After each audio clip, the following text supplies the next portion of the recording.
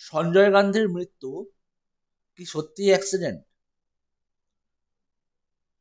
1980 সালে 23শে জুন বিমান দুর্ঘটনায় মৃত্যু হলো সঞ্জয় গান্ধী। আপাত দৃষ্টিতে দুর্ঘটনা মনে হলেও গোয়েন্দা সংস্থা উইকিলিক্স জানাচ্ছে বিমান দুর্ঘটনায় মৃত্যুর আগে 3বার তাকে হত্যার চেষ্টা করা হয়েছিল। সঞ্জয়ের সময় কংগ্রেসকে নিয়ে রীতিমতো ক্রুদ্ধ ছিলেন জনতা। সেই সময় তার এক আকস্মিক মৃত্যু প্রশ্ন তুলে দেয় প্রচুর। সাংবাদিক রশিদ কিদওয়াইয়ের বইয়ে যুক্তি দিয়েছেন সঞ্জয় খুন হয়েছিলেন এবং এই তত্ত্বের পক্ষেই তিনি যুক্তি দিয়েছিলেন। দিল্লির আকাশে বিপজ্জনকভাবে পাক খাচ্ছিল বিমানটি। আবাসিক এলাকায় এহেন কাণ্ড দেখে হতবাক সকলে। তিনটে পাক খাওয়ার পর আর শেষ রক্ষা হলো না। চতুর্থ পাকের সময় মাটিতে আছড়ে পড়ল ওই মার্কিন বিমান। তবে এটি একটি নিছক বিমান দুর্ঘটনা নয়, ভারতের রাজনৈতিক এবং গুরুত্বপূর্ণ মোড় এনে দিয়েছিল এই দুর্ঘটনা। ভারত হারিয়েছিল এক সম্ভাবনাময় রাজনীতিবিদকে, যাকে নিজের উত্তরসূরি হিসাবে গড়ে তুলেছিলেন তৎকালীন প্রধানমন্ত্রী ইন্দিরা গান্ধী।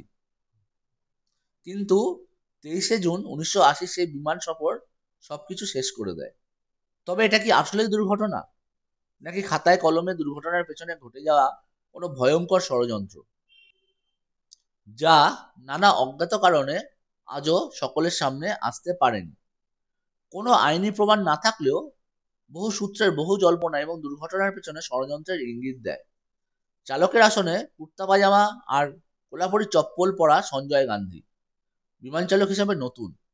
তাছাড়া ঝুঁকি নিয়ে বিমান চালানোর জন্য তার দুর্নাম আগেই ছিল। তাই খুব স্বাভাবিকভাবেই দুর্ঘটনার সমস্ত দায় তার উপরেই যায়। কিন্তু আপাতদৃষ্টিতে যা মনে হয়েছে, প্রকৃত ক্ষেত্রে ব্যাপারটা বেশ জটিল। গোয়েন্দা সংস্থা উইকিলিক্স জানাচ্ছে বিমান দুর্ঘটনার মৃত্যুর আগে 3বার তাকে হত্যা করার চেষ্টা করা হয়। আমেঠিতে একবার তার উপর গুলি চলেছিল। ভাগ্যের জন্য তিনি বেঁচে গিয়েছিলেন, কিন্তু এবার আর শেষ রক্ষা হলো না। প্রবীণ সাংবাদিক রশিদ কিদওয়াই ও তার বইতে সঞ্জয় খুন হয়েছেন এই তত্ত্বের পক্ষেই যুক্তি দিয়েছেন।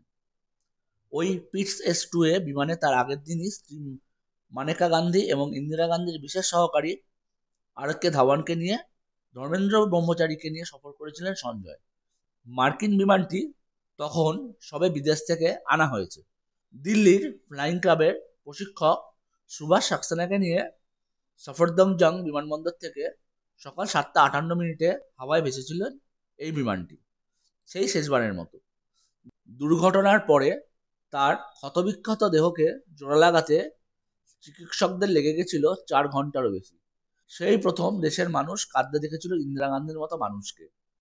নিজের ছোট ছেলেকে অনেকটাই ভরসা করতেন মা ইন্দিরা।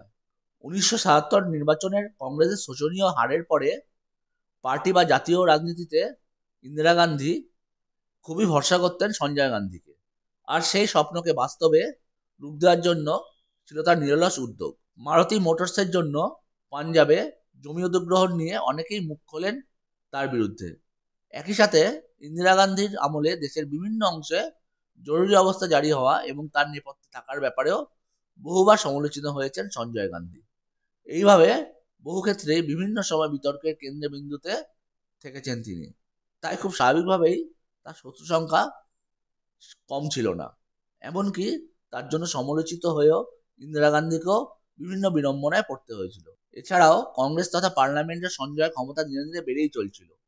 কিন্তু সেদিন কি হয়েছিল ওই মার্কিন বিমানে, সেই নিয়ে এখনো ধোঁয়াশা রয়ে গেছে। মারুতি মোটরসের জমি নেওয়ার ক্ষেত্রে বহু কৃষক উচ্ছেদের কথা বলা হয়েছিল। এই ক্ষেত্রে সঞ্জয়ের বিরুদ্ধে মুখ খুলেছিলেন P.N. হাস্কার। এই জন্য তাকে প্রধানমন্ত্রীর মুখ্য সচিব পদ থেকে সরিয়ে দেওয়া হয়েছিল। এই জন্যই তার বিরুদ্ধে ষড়যন্ত্র হলো বিদেশ থেকে ওই বিমানে আনা এবং তাতে ধীরেন্দ্র ব্রহ্মচারীর ভূমিকা নিয়েও প্রশ্ন তোলেন কেউ কেউ। তবে আসল সত্য এখনো অজানা, আড়ালেই লুকিয়ে আছে এত বছর ধরে। আসলে যাই ঘটে থাকুক, ভারতের রাজনীতির আকাশে 1972-73 সাল থেকে 1980 পর্যন্ত সঞ্জয় সময়কালের উত্থান বলে সবাই মনে করে। ধূমকেতুর মতো জ্বলে ওঠা আবার হঠাৎ করে অদৃশ্য হয়ে যাওয়া একটি উদাহরণ।